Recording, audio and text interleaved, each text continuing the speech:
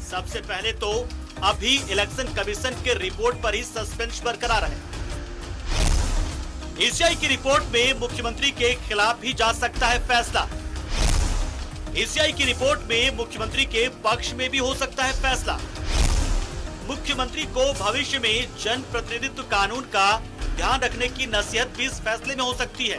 फिर भी यदि फैसला खिलाफ हुआ तो हेमंत सोरेन को चुनाव आयोग कर सकता है डिस्क्वालीफाई।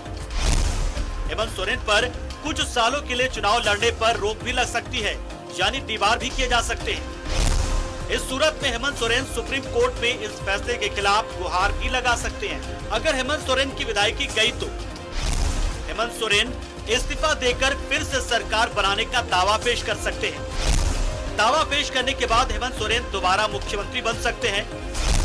इस सूरत में हेमंत सोरेन को 6 महीने के भीतर विधानसभा की सदस्यता हासिल करनी होगी।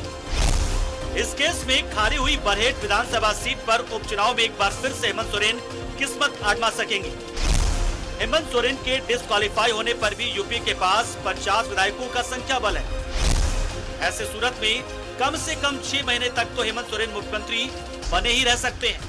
और अगर हो गए डीबार तो डिस्क्वालीफाई करने के साथ ही चुनाव आयोग हेमंत सोरेन को इस मामले में डीबार भी कर सकता है।